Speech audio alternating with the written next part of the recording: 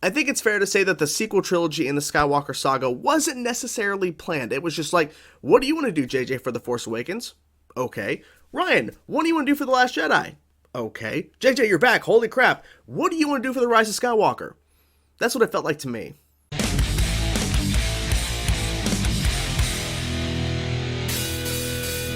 Hey everybody, it's Chainsaw Reacts. I'm not gonna lie to you guys, this did not surprise me in the slightest. Matt Smith, who was recently interviewed on the Happy Sad Confused podcast, openly admitted he had a giant role, a big role, a pivoting, changing role, if you will, in Star Wars The Rise of Skywalker. He was in discussions, he had several meetings, and of course everything fell through, and he openly admitted it, and we're here to talk about it, because we all know what he was going to be doing. For the most part, we all pretty much assuming the same thing.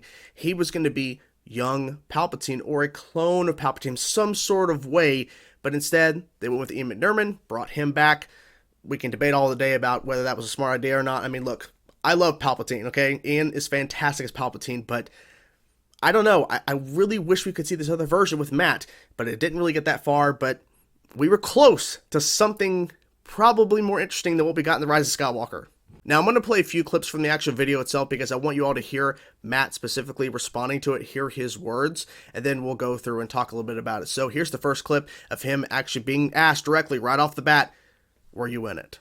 Did you ever shoot any Star Wars scenes? No, I didn't. There was, we were close to me being in it, but then it just never quite happened. I think the thing they were thinking of me for, eventually the part became, it became obsolete and they didn't need it. And so I never got to be in Star Wars. I never got to be in Star Wars. Me neither. I mean, I've been in some fan stuff, but that is not even remotely close to actually canon shit from Lucasfilm. But the fact is that they were really close. And it had been rumored for the longest time before the film even came out and afterwards that was the role he was going to be playing, was a young Palpatine or some sort of version of Palpatine, some sort of way. I think it would have been more interesting. They could have found a way to have Ian back if that's what they really wanted to do, but I think it was interesting if they would have went this direction of having a newer version of Palpatine that maybe went on past episode 9. I don't know, but there was also rumors of other things that he may have ended up being instead, because we're not 100% for sure that's what he's going to be playing. I mean, anybody can say all day, oh, it leaked, oh, it's this, and this, but we're all pretty much under the understanding that it was going to be some sort of version of Palpatine in some sort of capacity. Here's conjecture. Was this Palpatine's son? Was that who you were playing? I could not possibly say. But it was a pretty groovy thing. It was a really groovy part and concept. It was pretty big. It was a big thing. It was like a big story detail, like a transformative Star Wars story detail. But it never quite got over the line. No. A very big story point, transformative. You're getting the gist of all this, of why we're all thinking young Palpatine or some sort of version of Palpatine. I'm surprised he can't say. I'm guessing there's some sort of NDA maybe he signed when he was in talks at some point. I'm curious to know how far back the talks were before they actually started shooting or whatever, because they would have had to have made this decision before shooting, I would think. But then again, we've heard a lot of things about the shooting of the sequel trilogy where they have a script when they go in to shoot and then they're making changes while they're shooting. So I don't know for sure, but my assumption would be is that if it's a big story point, a big transformative part that's very significant that he can't even talk about, that it would have to be something that significant. And so I would assume it had to be before they started shooting. I have no idea. I don't know. But it just kind of frustrates me more because I've said this a lot, that the sequel trilogy could have been so much better.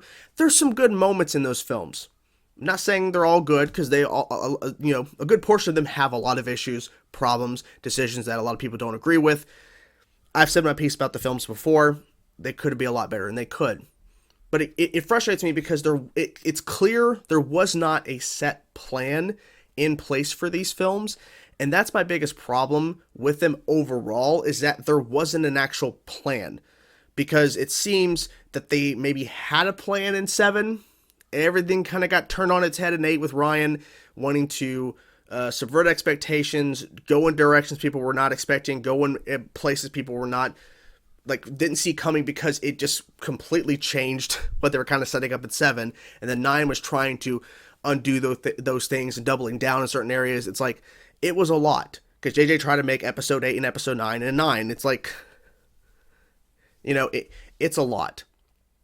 I feel like they should have mapped out maybe in 2014 before they even started shooting The Force Awakens, because it came out in 2015. They should have mapped out 7, 8, 9, because they already had announced 7, 8, 9. They should have mapped it out better and planned it out. Of course, it's open to make changes if so, but there were so many things going on after they started making these movies that's like, clearly this was not planned at all. You're just throwing shit up in the air, and I don't think Palpatine was ever planned per se. Like, I don't think Palpatine was planned for 9, because you can't tell me that, because there was no setup in 7 or 8 for Palpatine to come back. He just came out of nowhere. They had done properly setting up Palpatine in 4 and 5, and of course in 6 and everything. They had set up Palpatine through those films in the approach they did in terms of telling the story, of course. But for 7, 8, 9, there was no real proper setup for Palpatine to just magically return. It just happened. Because why not? He goes on to talk a little bit more about it. I'll link the tweet in the description if you guys want to watch the full 2 minutes, some odd seconds clip. But I think it's interesting that he's openly talking about this to a point, because he can't say for sure, what he was going to be doing and who he's playing and what his role was going to be, because he did say within this interview portion we were able to see on Twitter by the host posting it online, that he may still end up playing whatever part this is. He may still, or maybe he'll play something else. I don't know. So that's interesting. But I don't see them wanting to go back to the sequel trilogy anytime soon. I just don't see them doing that, because it feels like they're getting away from that timeline. They're focusing on around the Mandalorian stuff, because of course we got Mandalorian Season 3 coming. We have Ahsoka. We have the Book of Boba Fett. We have all these things coming that are not in the realm of that timeline. So it feels like to me that we're not going to be seeing anything connected to those for a while. It's been said or rumored, or maybe it was announced, I'm not 100% sure, that Rogue Squadron, which is being directed by Patty Jenkins, which I haven't heard anything from that in a bit, but if that's still moving forward, I'm not 100% sure, but maybe it is, I don't know, but they're saying that's set after episode 9, so that's interesting, but I don't know if that's confirmed. I have no clue. I have no clue.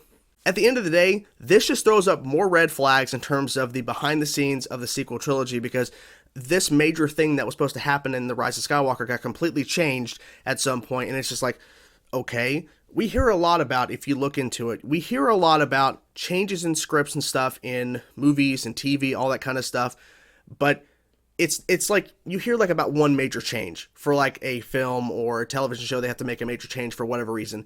We have heard so many things that were planned and discussed for the sequel trilogy that just kept changing over time due to different directors or just different, decisions they had to make during filming or right before filming. They make a change and they have to change the script again. It's like, we keep hearing about this stuff, and it just goes to show the sequel trilogy could have been so much better. But unfortunately it wasn't. So that's the video. What do you guys think about all this? First of all, what are your thoughts about the sequel trilogy as is? Let me know your thoughts in the comments. What do you think about Matt Smith openly talking about his big transformative role that he can't say, exactly who he's going to be playing, but what do you think about it? Do you think he was going to play a young Palpatine, or maybe somebody else entirely? Whatever thoughts you have about that, guys, let me know in the comments below as well. Hope you guys enjoyed this video. I will talk to you guys soon. Peace out.